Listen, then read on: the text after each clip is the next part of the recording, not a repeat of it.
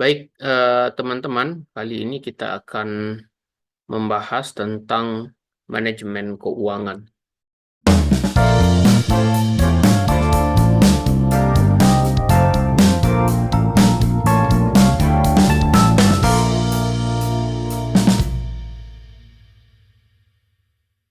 Di pertemuan sebelumnya, kita membahas tentang akuntansi, di mana akuntansi itu berbicara tentang bagaimana mencatat keuangan perusahaan hingga kemudian menghasilkan laporan keuangan.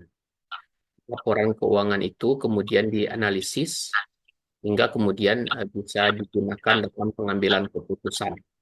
Nah, pengambilan keputusan itulah yang kita akan bahas pada hari ini, di mana proses pengambilan keputusan terkait dengan keuangan itu kita sebut dengan manajemen keuangan.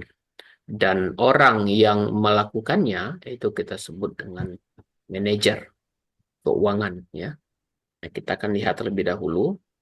Kalau kita bicara manajemen keuangan atau keuangan secara umum itu berbicara tentang suatu eh, tugas, ya, suatu tugas dalam sebuah bisnis.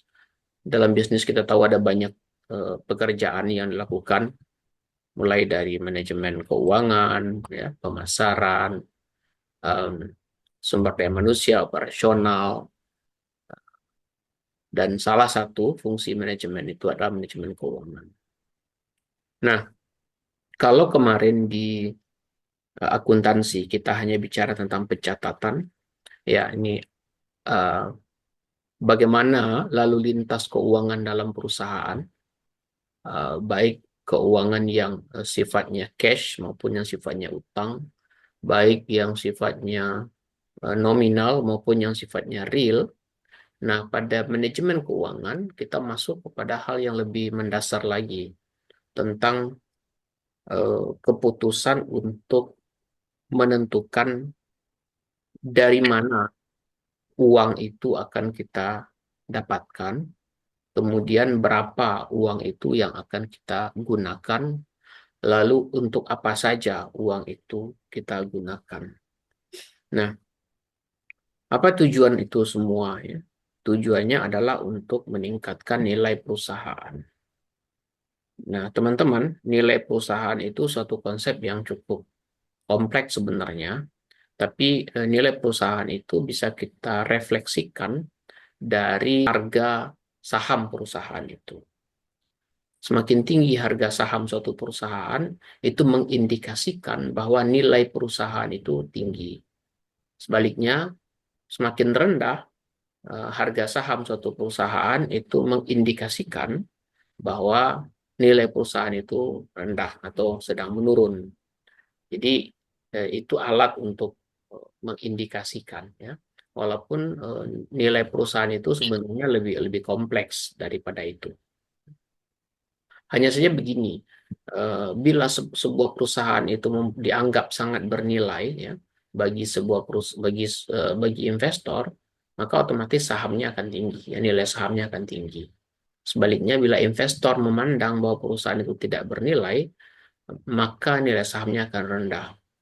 Nah, dari mana investor melihat atau menilai nilai perusahaan? Itu dia lihat dari kemampuan perusahaan itu dalam menciptakan profit. Semakin tinggi kemungkinan perusahaan untuk masukkan profit, maka semakin tinggilah nilai perusahaan itu. Tapi semakin kecil kemungkinan tumbuhnya profit di masa yang akan datang, maka kita akan menganggap bahwa nilai perusahaan itu sedang turun. Nah, kita lihat misalnya ada perusahaan-perusahaan yang nilai sahamnya terus makin lama makin naik, makin naik. Ya, artinya investor menganggap bahwa perusahaan itu punya kemampuan menghasilkan laba yang tinggi di masa yang akan datang. Tapi ada perusahaannya besar, ya, perusahaannya besar, modalnya banyak, tapi nilai perusahaannya terus eh, tergerus, ya, terlihat dari nilai sahamnya yang terus turun.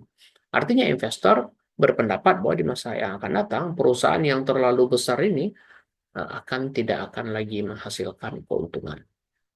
Jadi tidak ada istilah too big to fail, ya. Ada istilah dalam dalam dalam dunia bisnis namanya too big to fail. Ini perusahaan yang disangka karena terlalu besar sehingga tidak mungkin akan gagal, tidak akan mungkin akan runtuh. Ya. Karena begitu perusahaan itu sudah besar, artinya dia sudah semakin established, dia sudah semakin apa namanya itu ya, sudah semakin settle ya, sehingga mungkin akan stabil. Tapi ternyata tidak ya, tidak ada konsep seperti itu. Ada perusahaan yang sangat besar tapi berakhir ya, tumbang dengan sendirinya ya, karena tidak lagi mempunyai harapan untuk mendapatkan keuntungan di masa yang akan datang. Banyak contoh yang bisa kita lihat. For example aja yang simple, misalnya yang paling terkenal yang sering digunakan dalam berbagai kasus bisnis adalah tentang runtuhnya Kodak. Kodak itu adalah perusahaan yang memproduksi kamera di masa lalu. Dia menjadi apa namanya, menjadi eh, eh, eh, leading di sektor itu, tapi akhirnya tidak bisa lagi menghasilkan apa-apa karena nilai perusahaannya sudah turun. Ya, sebabnya apa? Sebabnya karena mereka gagal eh, mengadopsi inovasi-inovasi baru, mengadaptasi perkembangan-perkembangan baru, sehingga makin lama produk-produk yang mereka hasilkan itu tidak lagi sesuai dengan kebutuhan pasar dan berakhir, lama-lama berakhir. Ya, atau yang cukup terkenal misalnya Nokia ya, handphone Nokia yang dianggap sangat stabil pada masa lalu, settle pada masa lalu, menjadi market leader di masa lalu, tapi pada akhirnya selesai sebagai sebuah perusahaan karena dianggap tidak lagi menguntungkan di masa yang akan datang. Lama-kelamaan nilai perusahaannya menurun. Yang terbaru ini kita mendengar kasus perusahaan produsen peralatan rumah tangga, Tupperware. Tupperware juga sudah berakhir ya karena nilai perusahaannya makin lama makin turun. Nah, disinilah seorang manajer keuangan perlu melakukan aktivitas-aktivitas manajemen keuangan. Manajemen keuangan itu di satu sisi bersifat ilmiah, ya, bisa diukur, bisa dikalkulasi. Tapi di sisi lain dia juga bersifat seni, ya, intuisi. Intuisi seorang manajer melihat apakah ke depan eh, eh, akan terjadi situasi seperti apa ya. Apakah situasi yang terjadi ke depan itu akan bersifat positif bagi keuangan perusahaan atau akan berdampak negatif bagi keuangan perusahaan. Itu intuisi, walaupun tetap bisa diukur secara statistik misalnya, tapi tetap ada kekuatan intuisi di situ ya untuk melihatnya. Dan tidak selalu apa-apa yang dinyatakan positif atau misalnya tren positif secara kuantitatif, secara statistik itu akan konsisten menjadi positif di masa yang akan datang. Jadi ada peran intuisi, ya, peran apa namanya,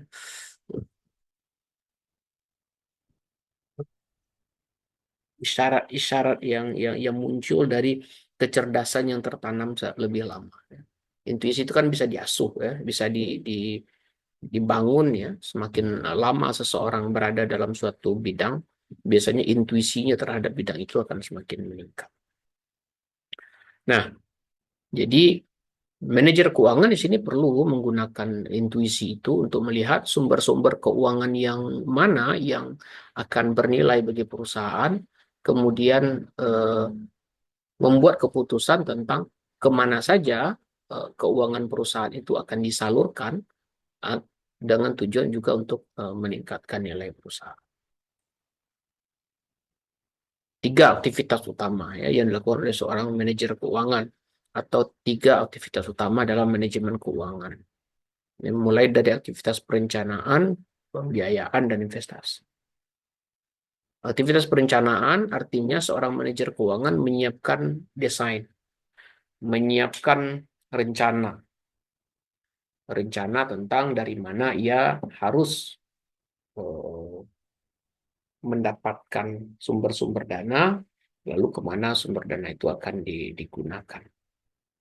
Ini tidak berdiri sendiri, ya. Tentunya ketika manajer keuangan membuat perencanaan, dia harus mendengarkan masukan, eh, memahami kebutuhan dari berbagai bidang lain, mulai dari eh, pemasaran, ya, kebutuhan di bidang pemasaran, kemudian termasuk juga alokasi sumber daya yang dibutuhkan oleh bidang pemasaran, dan termasuk juga prediksi pendapatan yang akan terjadi di masa yang akan datang. Nah, itu kan berangkat dari bagian pemasaran.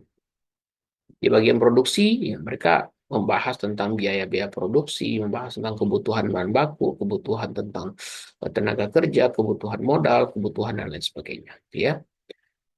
Kemudian eh, jika sudah punya pembiayaan, ya, kemudian kemana pengeluaran itu akan dikeluarkan, biaya itu akan dikeluarkan kemana. Nah, itu semua sudah dibuat ya dalam suatu perencanaan, disebut dengan perencanaan keuangan. Kemudian pertanyaan selanjutnya atau aktivitas selanjutnya yang harus dilakukan dalam manajemen keuangan adalah mengumpulkan uangnya dari mana.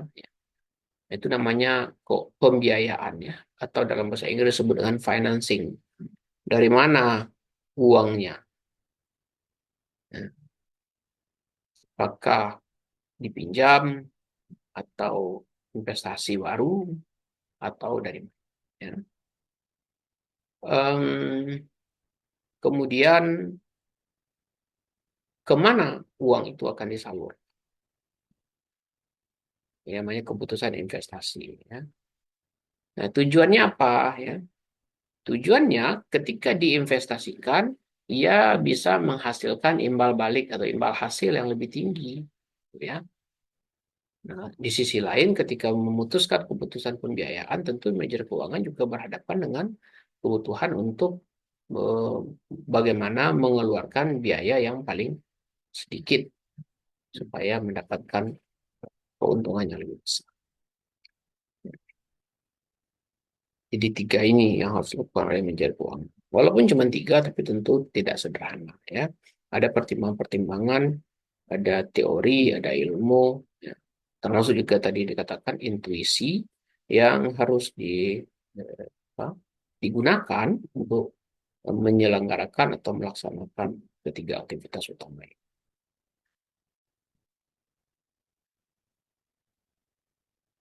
Nah, ini salah satu masalah yang dihadapi oleh manajemen keuangan adalah tentang bagaimana ia mengatur cash flow, mengatur aliran cash. Ya, kemarin juga sempat saya bahas ya. Eh, Tidak selalu ya, sebuah perusahaan itu dianggap kaya atau dianggap punya keuangan yang banyak meskipun dia punya laba besar misalnya, atau punya revenue pendapatan yang besar. Kalau itu semua tidak liquid, tidak cair, tidak berbentuk kas, tidak berbentuk cash ya kalau dalam bahasa Inggrisnya.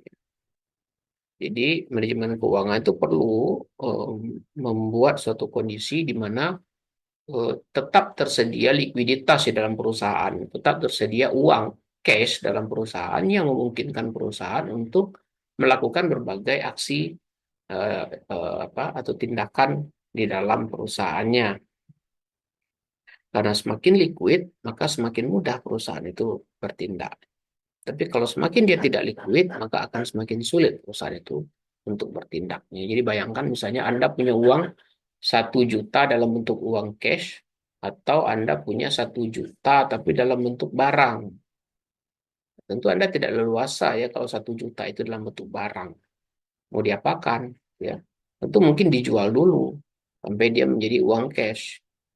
Nah, itu kan tentu tidak mudah ya. Itu namanya tidak liquid. Kalau yang liquid apa? Ya ada cash. Ya, ada cash di tangan itu namanya liquid. Adanya cash flow itu juga punya risiko ya, punya risiko.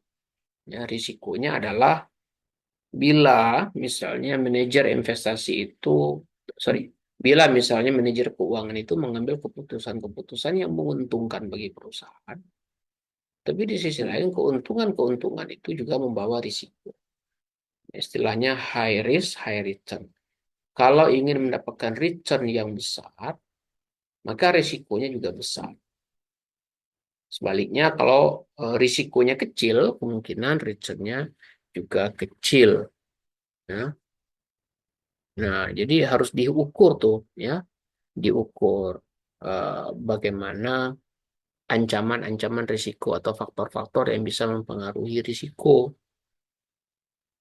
Ya, misalnya pola permintaan pasar. Ya. Apakah ada tren permintaan terhadap produk-produk yang sedang dijual? Atau mungkin apakah terjadi pergeseran tren gitu ya. Kemudian suku bunga. Nah, ini penting. Suku bunga kita akan ingat lagi bahwa dalam manajemen keuangan kita tidak bisa meninggalkan apa yang disebut dengan time value of money, ya.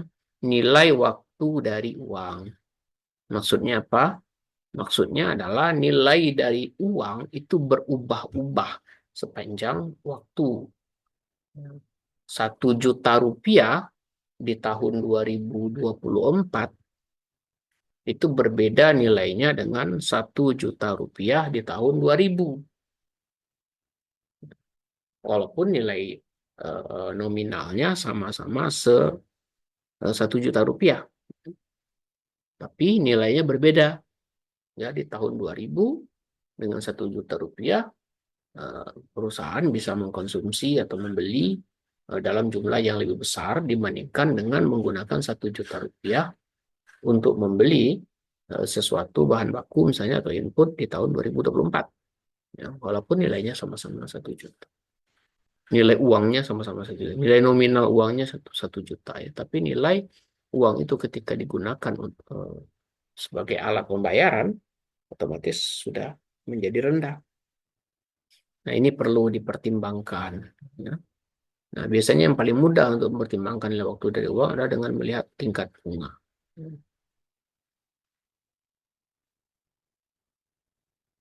Nah, ini juga kita harus lihat bagaimana kecenderungan kondisi ekonomi umum ya, kondisi ekonomi negara misalnya, kemudian kondisi pasar dan isu-isu sosial.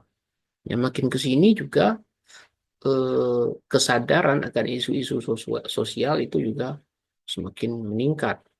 Nah, itu kan punya konsekuensi keuangan kepada perusahaan. Ya. Bila perusahaan itu memenuhi tuntutan dari isu-isu sosial, otomatis terjadi pembengkakan biaya dalam jangka pendek. Walaupun kan tentu juga ada diskusi ya dari para pihak yang mendukung tentang pemenuhan isu-isu sosial bagi perusahaan bahwa adanya biaya yang dikeluarkan oleh perusahaan untuk memenuhi tuntutan dari isu-isu sosial dan lingkungan itu dalam jangka panjang sebenarnya menguntungkan perusahaan itu sendiri. Misalnya perusahaan mengambil tindakan yang berdampak baik pada kelestarian alam. Tindakan seperti ini kan biasanya akan berpengaruh kepada tingkat produktivitas perusahaan di jangka pendek. Perusahaan jadi tidak lebih produktif karena terjadi pembatasan untuk bisa mengakses sumber daya alam ataupun nilai sumber daya yang dia peroleh menjadi lebih mahal hingga produktivitasnya mungkin akan menurun. Tapi dalam jangka panjang lingkungan yang rusak itu malah semakin membahayakan bagi perusahaan, mengandung risiko-risiko tertentu bagi perusahaan. Jadi menjaga lingkungan pada hari ini justru akan membawa hal-hal yang baik dalam jangka panjang kepada perusahaan. Nah, ini kita lihat nih di gambar ya, berbagai apa namanya, berbagai sumber dan bagaimana eh, keluarnya uang itu ya, source-nya di mana, kemudian alokasinya di mana. Kelihatan uang itu bisa datang dari penjualan tunai, ya, dari pengumpulan piutang, menjual fixed aset, ya, aset tetap, meminjam uang, kemudian investasi dari manajemen. Nah, kemudian kemana dikeluarkan ya?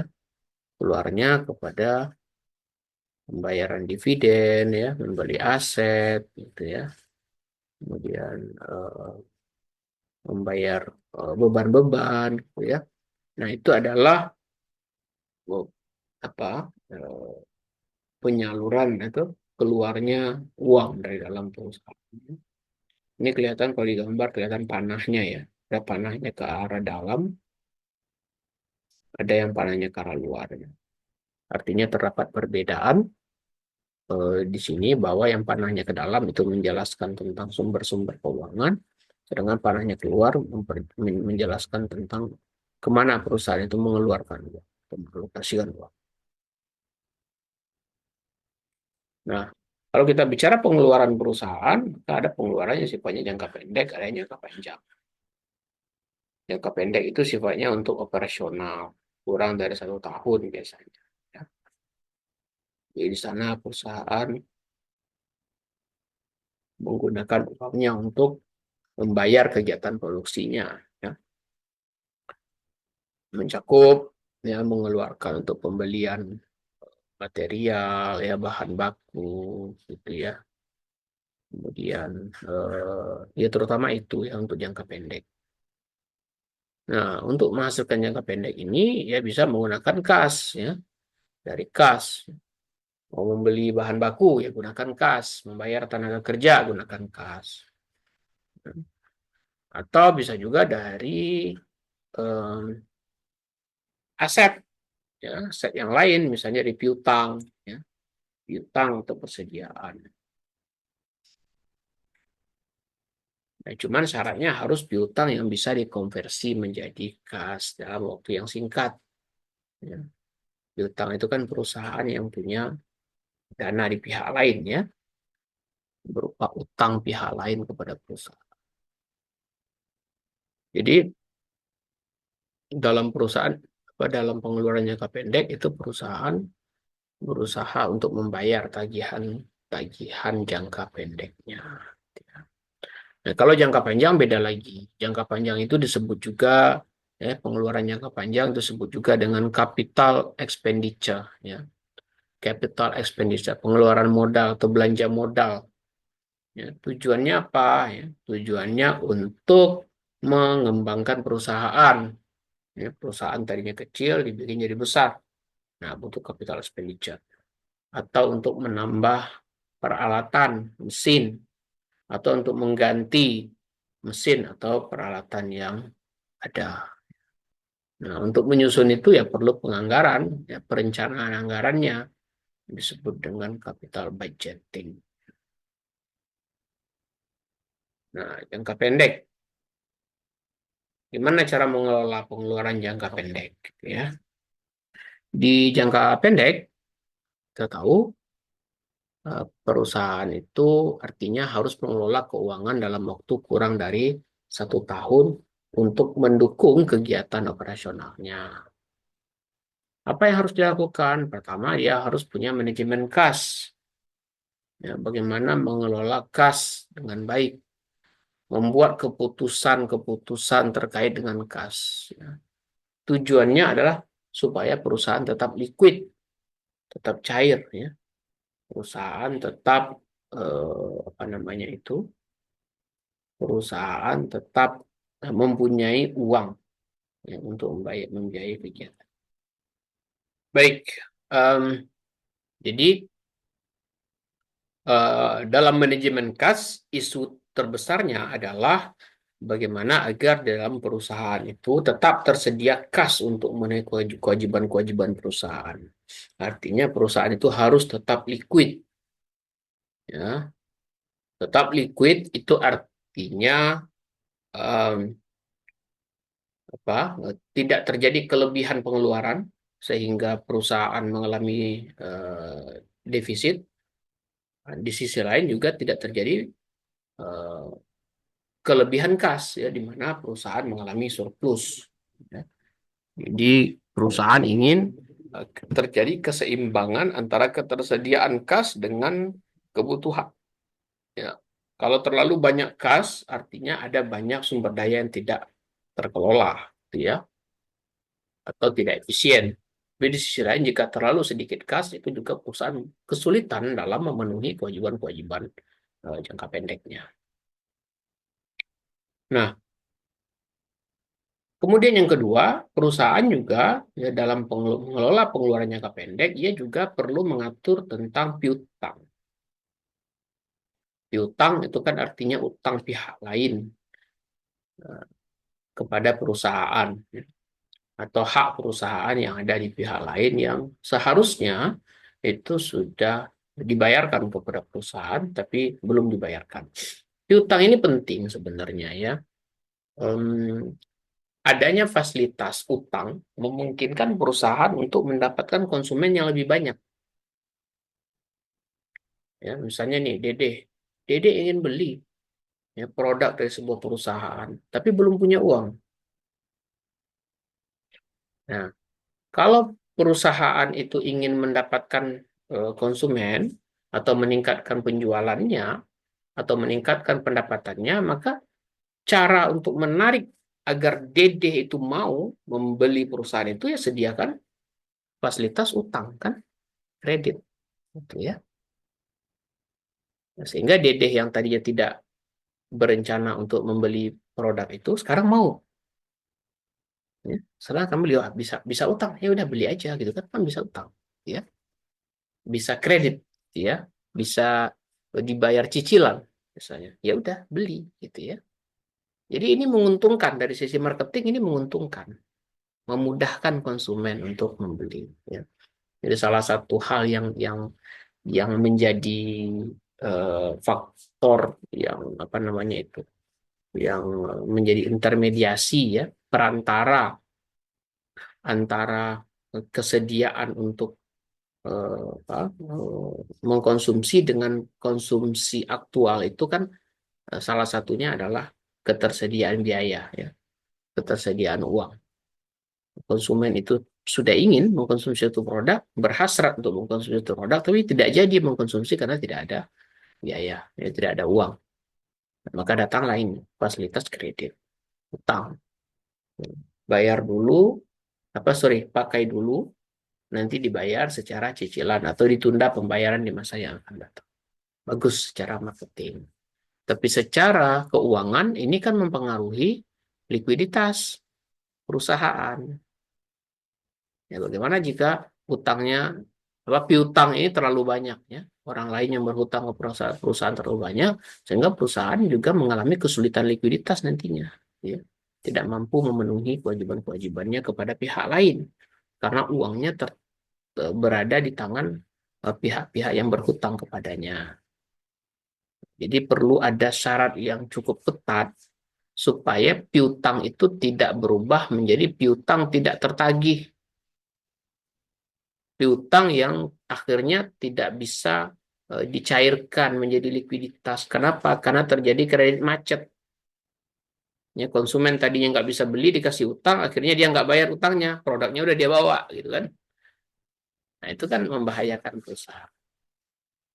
Jadi akhirnya perusahaan di dalam hal ini perlu membuat suatu apa ya, manajemen keuangan khususnya ya, manajer keuangan ya perlu membuat bagaimana kebijakan-kebijakan yang relevan untuk kredit ini ya, mulai dari syarat-syaratnya apa ya, siapa yang boleh melakukan kredit ya, kemudian apa syaratnya, lalu bagaimana ketentuan tentang pembayarannya, jangka waktunya, kemudian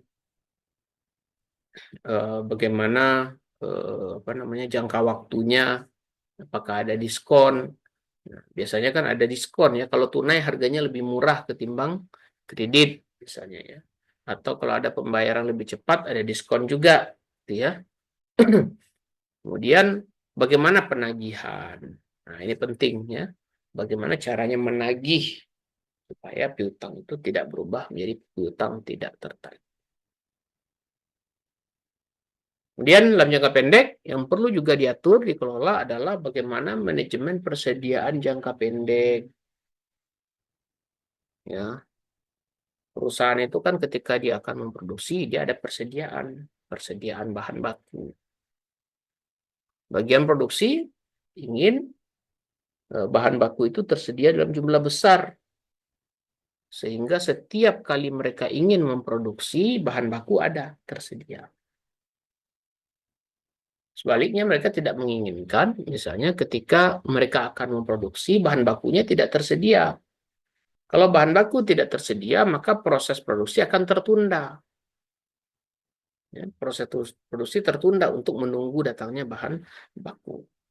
Nah, kalau proses produksi tertunda, artinya proses terciptanya barang jadi juga tertunda. Ya, ini perusahaan apa misalnya perusahaan mobil. Ya, salah satu bahan bakunya adalah apa misalnya ya supply eh, eh, suku cadangnya ya suku cadang mobil. Kalau suku cadang tidak ada, berarti produksi mobilnya kan tidak jadi ya, tertunda. Otomatis ketersediaan mobil juga terbatas. Kalau ketersediaan mobil terbatas, maka bagian marketing ya, itu juga kesulitan memenuhi kebutuhan konsumen. Ya. Konsumen kan ingin kalau mereka butuh, mereka beli barangnya ada. Tidak harus menunggu. Ya, kalau di Indonesia kan sering inden ya, beli barang inden sekian lama gitu ya. Nah, sebenarnya konsumen tidak menyukai itu, ya, tidak menginginkan inden itu.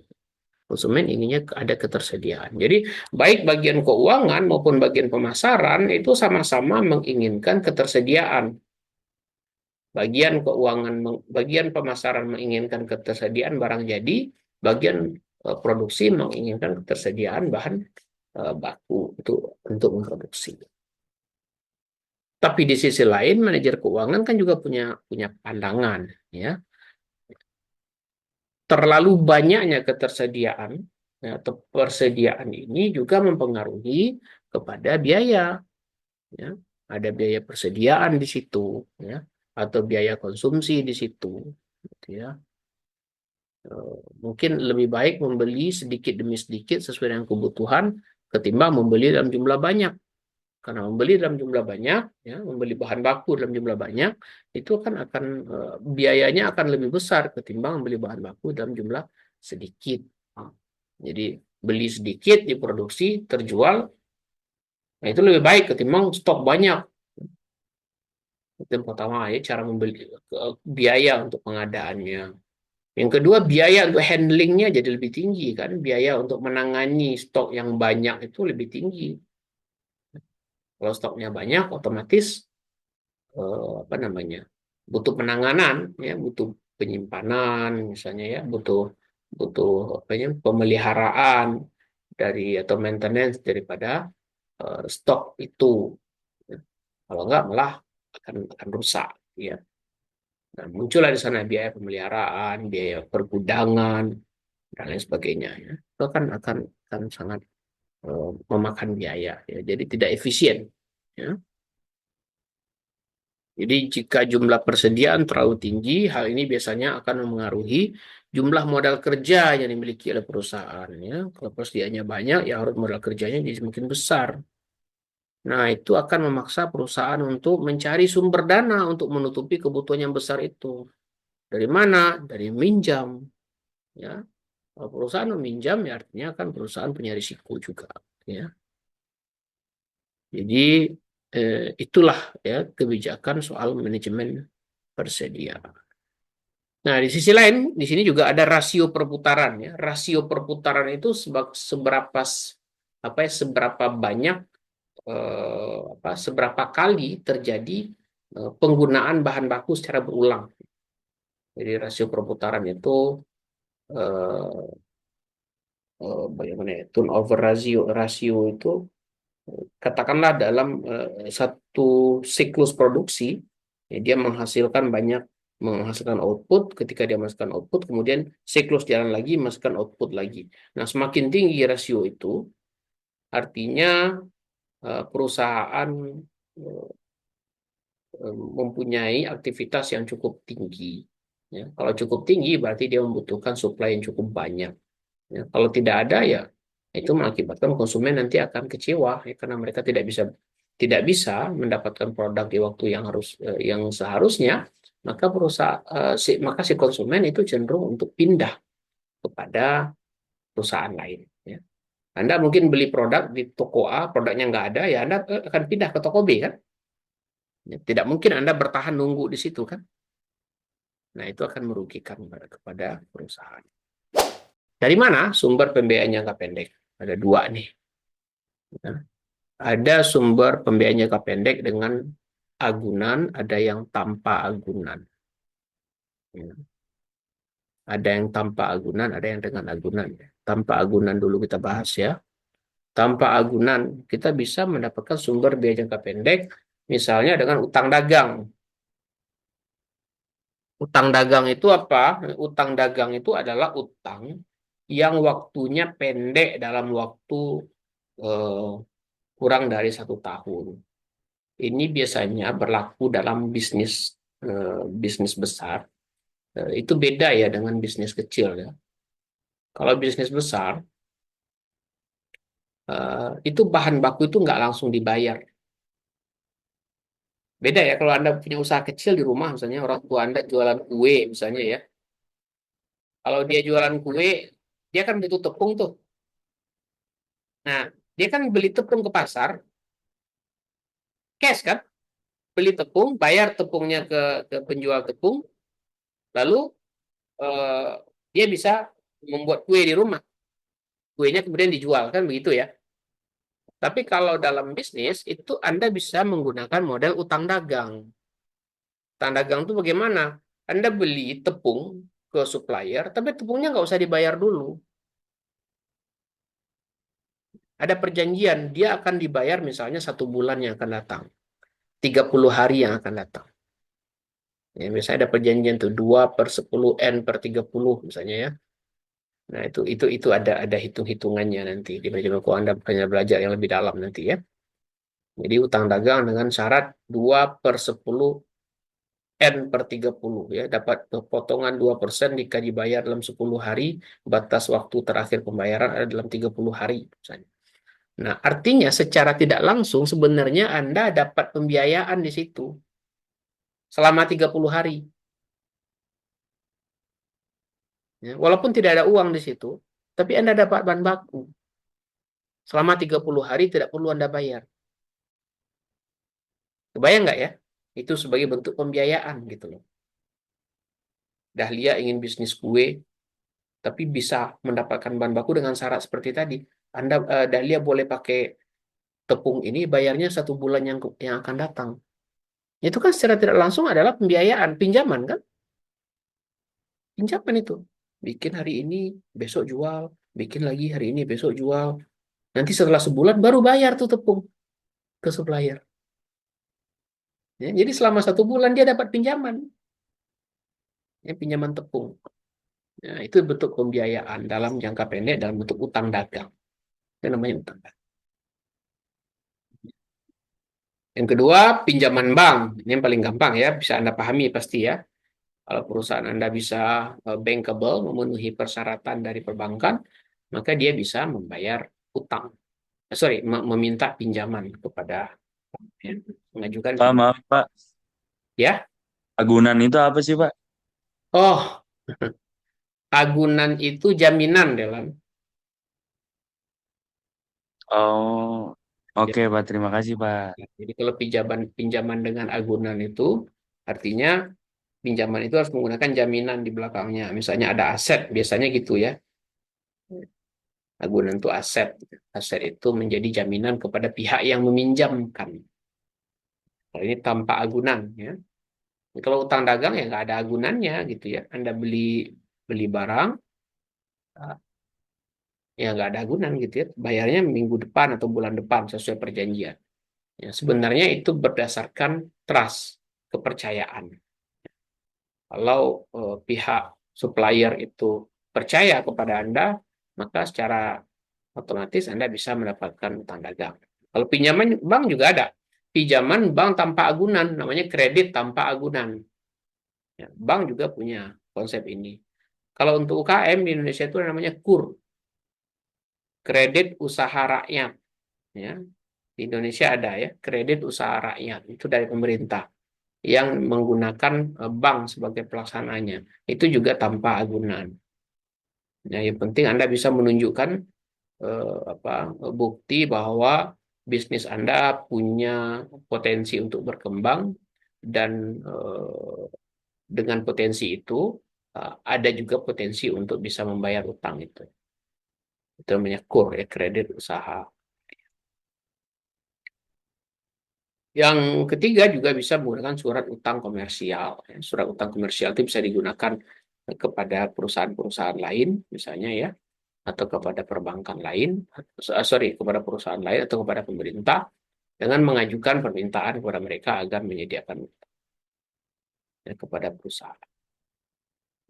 Modalnya apa? Trust, kepercayaan. Nah, itu sumber pembiayaan jangka pendek. Ya, bisa utang dagang, bisa pinjaman, atau surat utang komersil.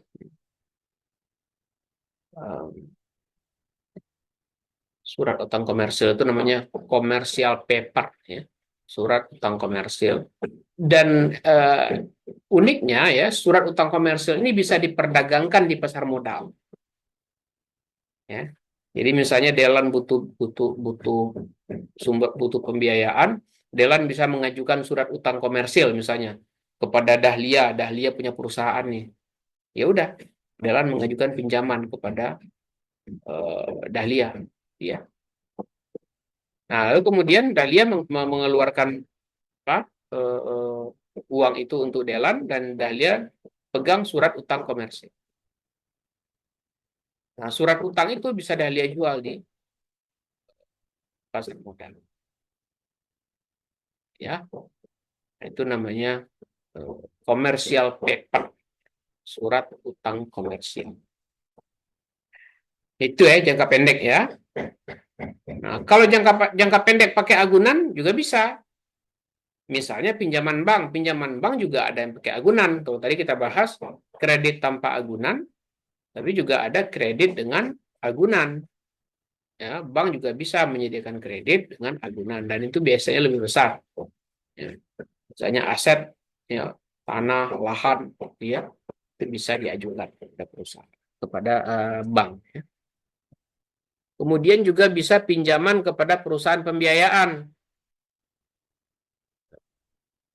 Em, Perusahaan butuh kendaraan, misalnya ya untuk bisnis, ya sudah bisa diajukan kepada perusahaan pembiayaan untuk membeli kendaraan. Kayaknya Anda kebanyakan di sini juga punya motor gitu ya. Punya motor dan barangkali juga motornya didapat dari perusahaan pembiayaan juga kan. Yang dikredit dibayar sekian per bulan. Nah, itu contoh mendapatkan pinjaman dari perusahaan pembiayaan. Kemudian yang ketiga bisa dengan factoring. Factoring.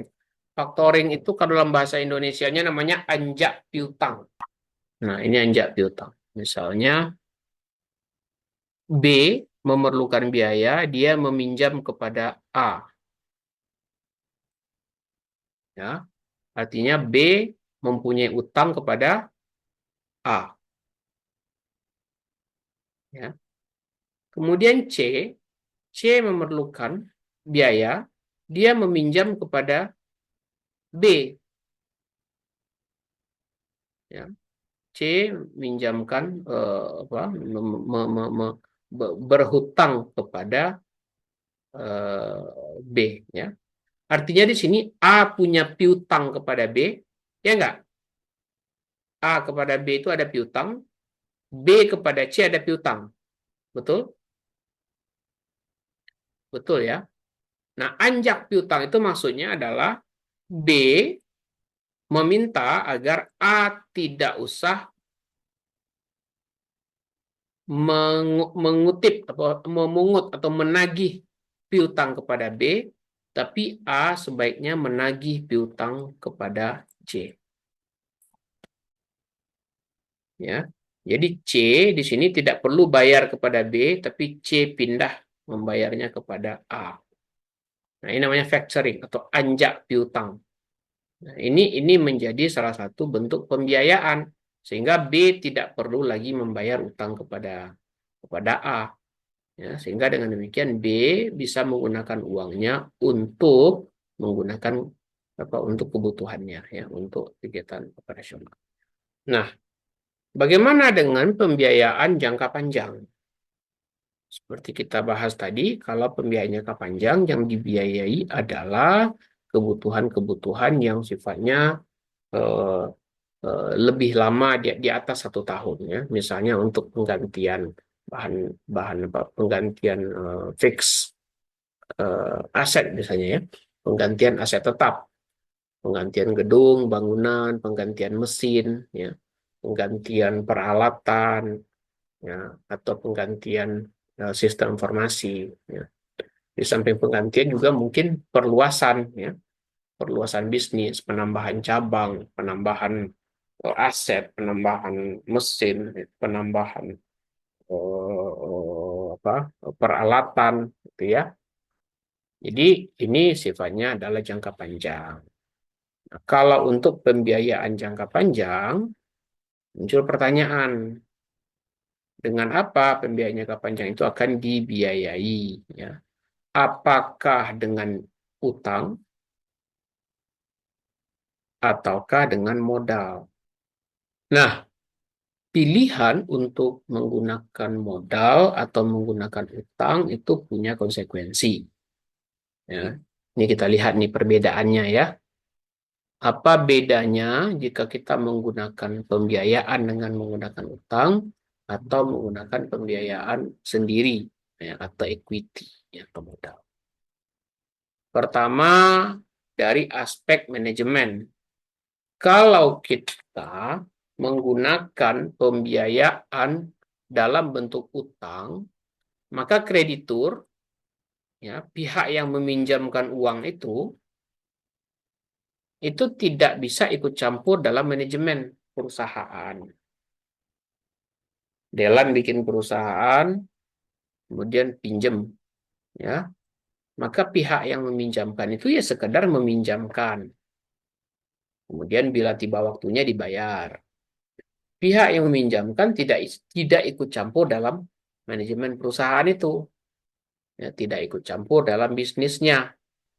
Sebaliknya, kalau pembiayaan itu menggunakan modal, ya, misalnya dengan menambah investor, artinya investor itu menjadi pemegang saham perusahaan, maka dia bisa mengatur manajemen. Ya, dia ikut campur dalam pengambilan keputusan. Jadi mana yang menguntungkan? Ya, dua-duanya punya kelebihan dan kekurangan tentunya. Ya. Kalau menggunakan modal, ya, maka perusahaan tidak perlu mengembalikan modal. Ya, tidak perlu mengembalikan karena bukan hutang. Ya, tidak perlu mengembalikan. Tapi di sisi lain, eh, pemodal itu, ya, orang yang berinvestasi itu punya hak untuk ikut serta dalam manajemen dalam pengambilan keputusan. Ya, kalau pada perusahaan besar yang namanya RUPS kan, rapat umum pemegang saham untuk perusahaan-perusahaan yang sudah berbentuk PT, ya, bentuk perseroan. Nah, kalau yang belum berbentuk perseroan tentu tidak seperti itu, ya, belum ada rapat umum. Tapi biasanya tentu ada pembagian tanggung jawab. Ya, kemarin kita udah bahas ya di firma, di di CV gitu ya, di mana para pemodal ikut menjadi pengelola perusahaan, ya, ikut bertanggung jawab dalam perusahaan, ikut menjalankan perusahaan, ikut menjadi manajemen perusahaan. Ya. Nah ini masalah ya kalau menggunakan equity. Tapi kalau menggunakan debt ya enggak, ya tidak ada ya. Cuman di sisi lain ada kewajiban untuk mengembalikan. Ya, kalau misalnya tidak bisa mengembalikan, ya kreditur bisa melakukan tindakan yang diizinkan, ya, untuk mengambil kembali aset dari dalam perusahaan. Di sini misalnya juga kalau menggunakan debt, maka ya ada kewajiban untuk membayarnya, ya, karena ada, kalau debt utang ya itu juga ada bunganya, ya, jadi kewajiban bunga, ya. Jadi eh, apa namanya bila perusahaan, misalnya perusahaan mengalami kerugian, maka tetap ada kewajiban untuk membayar, baik itu pembayaran pokok, pokok pinjaman maupun kepada pembayaran bunganya, ya, sesuai dengan kontrak, ya. Sementara kalau kita menggunakan equity financing, maka tidak ada, ya, yang ada dimiliki oleh pemodal itu adalah dividen, ya, bagi hasil, ya. Dan bagi hasil itu paling terakhir setelah kita membayar bunga, ya, bunga dan pembayaran jatuh temponya, ya, pokok pinjaman yang sudah jatuh tempo. Kemudian ada jangka waktu, ya, maturity namanya, ya, jatuh tempo. Kalau utang ada jatuh tempo, ketika sudah jatuh tempo harus dibayar. Ya. Kalau equity tidak ada, ya, tidak ada jatuh temponya. Malah kalau rugi ya tidak apa-apa, ya. Si pemodal ya untuk menanggung kerugian. Kemudian hubungannya dengan pajak, ya. Kalau kita menggunakan debt utang, ya, bunga itu mengurangi pajak, ya, bunga itu mengurangi pajak, tapi dividen itu tidak mengurangi pajak. Nah, itu pengaruhnya, ya. Itu perbedaannya bila kita menggunakan utang atau menggunakan modal. Kita lanjut. Ini contohnya.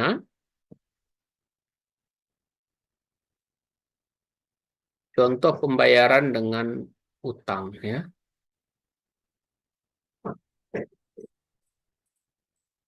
Biaya dengan utang, ya. Misalnya utang dalam jangka waktu tertentu, namanya term loan, ya. Ada juga utang dengan mortgage, ya, mortgage loan. Utang tapi jaminannya biasanya aset. Utang dengan menggunakan aset sebagai jaminan. Atau utang dengan menggunakan obligasi. Ya, perusahaan berutang, nah, dia mengeluarkan obligasi, obligasi itu dibeli oleh para pelaku di pasar modal, dan nanti ada kewajiban, ya, untuk membayar kembali obligasi. Sedangkan kalau dengan equity, perusahaan bisa mengeluarkan saham biasa. Bila perusahaan mengeluarkan saham biasa, kemudian saham biasa itu dibeli oleh pemodal, maka otomatis pemodal itu menjadi pemilik perusahaan. Ia bisa ikut campur dalam manajemen perusahaan, turut membuat keputusan dalam perusahaan. Ada lagi saham namanya saham preferen. Saham preferen itu adalah si pemodal itu tidak ikut campur di dalam manajemen. Dia mendapatkan dividen sama dengan saham biasa, tapi dia tidak ikut campur dalam urusan manajemen. Kemudian ada lagi namanya pembiayaan dengan stock dividends. Ya. Stock dividends itu adalah bagi hasil perusahaan, ya. Laba perusahaan itu kan dibagikan tuh. Ya, seharusnya laba perusahaan itu kan dibagikan kepada pemodal. Tapi laba itu pada kasus ini tidak dibagikan. Ya, digunakan kembali dalam perusahaan sebagai sumber pembiayaan perusahaan. Ya, kemudian dikonversi menjadi saham. Ya, jadi pemilik saham tadi mendapatkan saham tambahan. Ya, karena dividennya tidak dibagikan. Yang kedua, yang selanjutnya namanya laba ditahan. Ya. Laba ditahan itu profit yang tidak dibagikan kepada kepada pemilik modal. Ya. Profit yang tidak menjadi dividen. Misalnya ada keuntungan 100%, dibuatlah keputusan, misalnya 25% menjadi laba ditahan, 75% dibagikan kepada pemilik modal. Nah, yang 25% sebagai laba ditahan itu menjadi sumber pembiayaan bagi organisasi, bagi perusahaan. Kemudian ada modal ventura, ya. Modal ventura itu perusahaan bisa mendapatkan modal dari para investor yang mengumpulkan modal mereka dalam sebuah perusahaan. Ya, ada perusahaan modal ventura namanya, ya. Perusahaan modal ventura yang dia mengumpulkan modal dari berbagai investor untuk kemudian diinvestasikan kepada perusahaan-perusahaan yang membutuhkan. Di Indonesia biasanya banyak perusahaan, katakanlah perusahaan startup misalnya, ya, itu menggunakan modal ventura, ya, untuk mendapatkan dana. Nah, itu yang tadi kita udah bahas tentang pembiayaan, sumber pembiayaan, dan sekarang kita membahas tentang kemana uang itu akan digunakan. Nah, bila terjadi kelebihan, ya, bila terjadi kelebihan uang, terjadi surplus, kemana akan dia gunakan? Nah, pertama bisa dilakukan dalam bentuk investasi pada ekuitas, beli saham perusahaan lain. Ada saham perusahaan lain yang dijual di pasar modal, ya dibeli. Ya, dengan tentunya mempertimbangkan kelayakannya. Kemudian juga bisa investasi dalam obligasi. Obligasi itu kan utang ya. Jadi perusahaan lain butuh utang, dia menerbitkan obligasi, ya kita beli obligasi itu. Hingga pada jangka waktu tertentu obligasi itu akan dibayar oleh perusahaan. Nah, alternatif lainnya bisa berinvestasi pada reksadana. Ya, reksadana itu adalah perusahaan yang mengelola investasi. Jadi kalau di sini ya, investasi dalam ekuitas, investasi dalam obligasi, perusahaan itu sendiri atau manajer keuangan perusahaan itu sendiri yang melakukan keputusan investasi langsung kepada produk ini ya, pada saham atau pada obligasi. Kalau menggunakan reksadana, artinya manajer investasi berinvestasi pada perusahaan reksadana. Ya, perusahaan reksadana inilah yang memutuskan kemudian untuk melakukan investasi baik kepada ekuitas maupun kepada obligasi. Ya, mana yang lebih menguntungkan? Ya, kalau secara keuangan tentu lebih menguntungkan kalau melakukan langsung. Karena kalau menggunakan reksadana tentu akan ada lagi biaya untuk reksadana. Ya, ada lagi bagi hasil untuk reksadana. Jadi keuntungannya terbagi. Cuman kelebihannya adalah eh, investasi pada reksadana itu lebih minim risiko. Risikonya lebih minim karena investor di situ ya sudah investasi di perusahaan reksadana itu dikelola oleh manajer investasi yang tentu lebih berpengalaman sehingga dia bisa membuat keputusan untuk melakukan investasi di portfolio yang mana, ya. Barangkali itu yang bisa saya sampaikan untuk hari ini. Kalau ada yang mau bertanya, saya persilakan.